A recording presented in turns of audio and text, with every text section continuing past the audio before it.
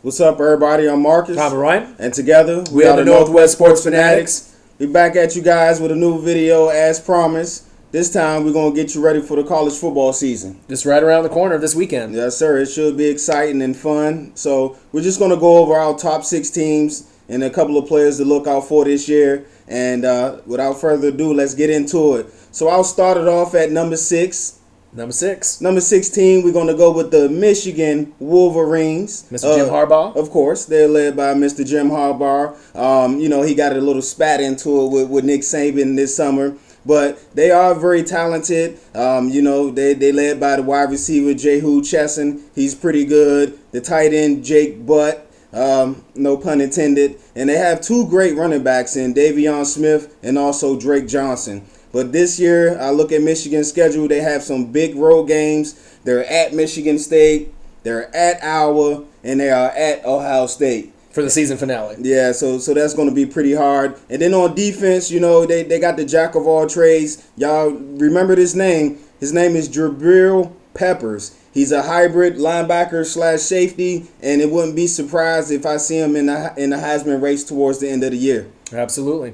So let's go to the number 5 team. All right, number 5. We're going to go with the Ohio State Buckeyes. Oh, Buckeyes. Right, Michigan, obviously their number 1 rival. Urban Meyer, as an elite coach, top 3, obviously in college football. The main question that a lot of people have been asking us and what we've been talking about college football is what's going to happen after all the people underclassmen-wise left to the NFL. So let's go down the list. Ezekiel Elliott to the Cowboys, right?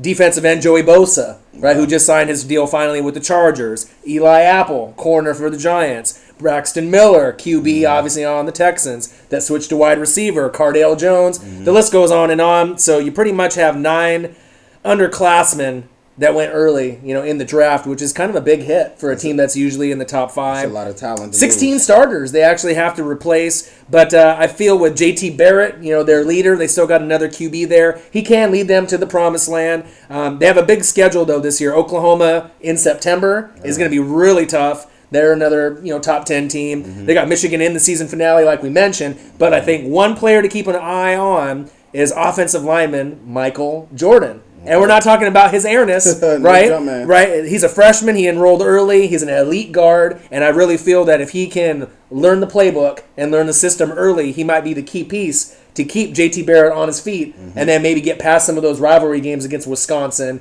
obviously Michigan State, and maybe lead them to a college football playoff. Urban Meyer always got something in store out there. Right. Always successful on any team that he coaches, from Florida to Utah to Ohio State. His pedigree is, on top notch. Yes, sir. So let's go to that number 4 team. Number 4. We're going to go down to Baton Rouge, Louisiana, and we're talking about the LSU Tigers. The Tigers. Of course, they're led by Mr. Les Miles, to me, top 5 coach in college right now. Right. And he has been for years. And they are stacked. They're always stacked. And when you talk about LSU, the first name you got to bring up is Leonard Fournette. Of course, he's the all-world running back, says he's the best running back in college, the best running back in the NFL. And from what I've seen on tape, I can't agree with him there. Right. He has definitely a little Adrian Peterson in him. You can tell, very skilled. Obviously, he can break away from the initial hits. He's got the jukes. He's got the lateral movement. He is going to be in the Heisman consideration when it's all said and done. And they're really going to have to rely on him to pretty much carry the load for the whole roster as they move forward in that SEC. Sir. And they also have a second-year quarterback, Brandon Hurst. This is his second year as a starter, so I expect to see some improvement. On the defensive side of the ball, they're making the switch from the 4-3 to the 3-4. So it's going to take some time for them to adjust. But look out for Mr. Davon Gochak. He led them last year with 6 sacks, so look for him to improve on that. And also, Arden Key is going to be big on defense for the LSU Tigers. What about the number 3 team? Number 3, we're going to have to go with the Florida State Seminoles. All right, so you got Coach Fisher, obviously in the elite class in the top 10. There is no more Jameis Winston, so you have to go through the next level. That's going to be Sean McGuire. He's a senior. But the thing is he only passed for 1,520 yards last season, which is very low. So we're going to have to see if any of the freshmen can kind of battle him for that starting spot. DeAndre Francois and Malik Henry are going to be in the mix, but I would assume Sean McGuire will be able to at least start the season off as a starting QB. But they do have a really nice Heisman fan favorite, Okay, what's his name? and running back Dalvin Cook. Okay. All right. So remember that name, Dalvin Cook. All right. He's arguably the best running back overall in the country with his catching ability out of the backfield and with his running ability. Last season, he had 1,691 yards rushing. Right? 19 TDs. Wow. You're only playing 11, 12 games in the season, so that's more than one, obviously, per game. Yes. They're going to really rely on him to be the workhorse for their team. And I like their team overall. Top 6 wide receiving core overall. Top 3 O-line in the country. 9th rated D-line, so they're all pretty much in that top 10 category, right? But then you shift over to the defense, it's still in the top 25. Top 25 secondary, right? Top 12 linebacking core. Wow. So they should definitely compete. Are they going to be as good as when they had Jameis Winston? No.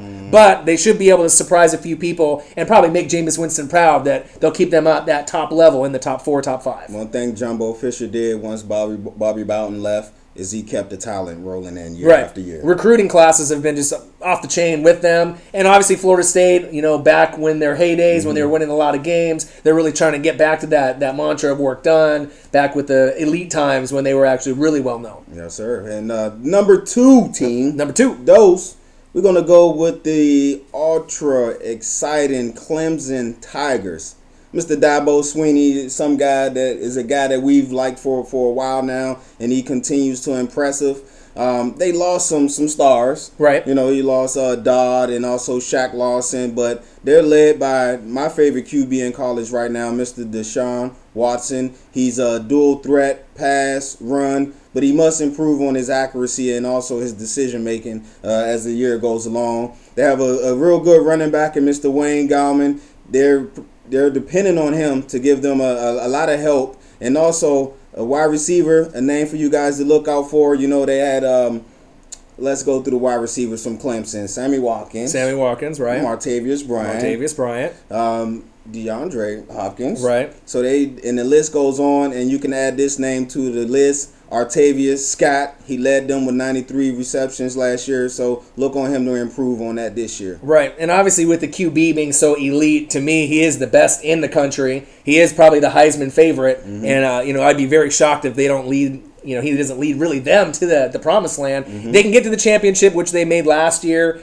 Should they have won the championship game last year? It's debatable. I mean, it was back and forth with Bama, and it could have really gone either way. Kind of defense kind of lost it for him, I felt, towards the end. But I really feel that he is probably the front runner for the Heisman Trophy. It's going to be a tough job. I mean, on the defensive side of the ball, they lost 7 starters. But their cornerback, Mr. Cordrea Teneski, you look out for him, and also the linebacker Ben Boulware.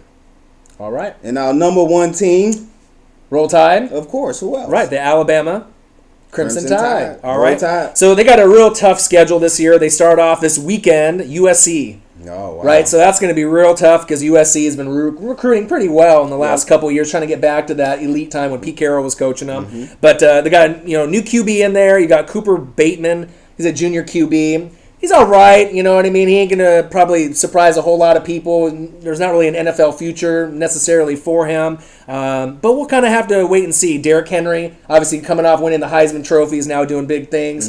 Obviously with Marcus Mariota and the Tennessee Titans with DeMarco Murray. So you can't really rely on him. So now they got to go with Bo Scarborough and Damian Harris. So remember those names. Those guys are going to be getting a lot of the looks as they get into the red zone and try to keep the offense flowing. They got a star wide receiver in Calvin Ridley. Yes, sir. Right, Calvin Ridley will be in the NFL very shortly. Our Darius Stewart and obviously Robert Foster are complementary wide receivers, so that should give them that deep threat talent. Their O-line is pretty solid. They did lose center Ryan Kelly, who's gone. He was a solid starter for him, right, for the first 2 or 3 years. But you got Cam Robinson and a few others that'll kind of keep them on pace to be elite like they always are. Linebacking core, speed kills. They got Reuben Foster, Sean Dion Hamilton, Ryan Anderson, and Tim Williams. So they can go from sideline to sideline. So watch them to make big plays, and at least one of those guys is obviously going to be in the NFL, if not more than one. Secondary's decent. Eddie Jackson, Ronnie Harrison. Those are the key safeties for him, making the plays on the back end. They'll be cheating up and blitzing a lot. Obviously, with Lane Kiffin on charge of the offense, you already know they're going to be scoring points. But they're going to have to rely on these guys on the back end on the defense to really make sure they can hold them and keep it flowing. And then, obviously, Coach Nick Saban. Of course. Right? Arguably the best coach in college football. The Bill Belichick of the NFL. The Popovich. The Phil Jackson of the NBA. So, if we had to do any kind of predictions as of right now, it wouldn't surprise me if it's Alabama versus Clemson in a rematch for the championship. And it actually wouldn't surprise me if Clemson leapfrogs Alabama this year, since Derrick Henry isn't there, to maybe win the championship this year. But it should be a great season. Well, there you have it. Our college football preview. We'll be back at you guys real soon. We'll probably do a fantasy football. Yep, tomorrow. Give you some updates for that. Marcus, this Orion, and one question: who you know talk sports like us? Northwest Sports Fanatics.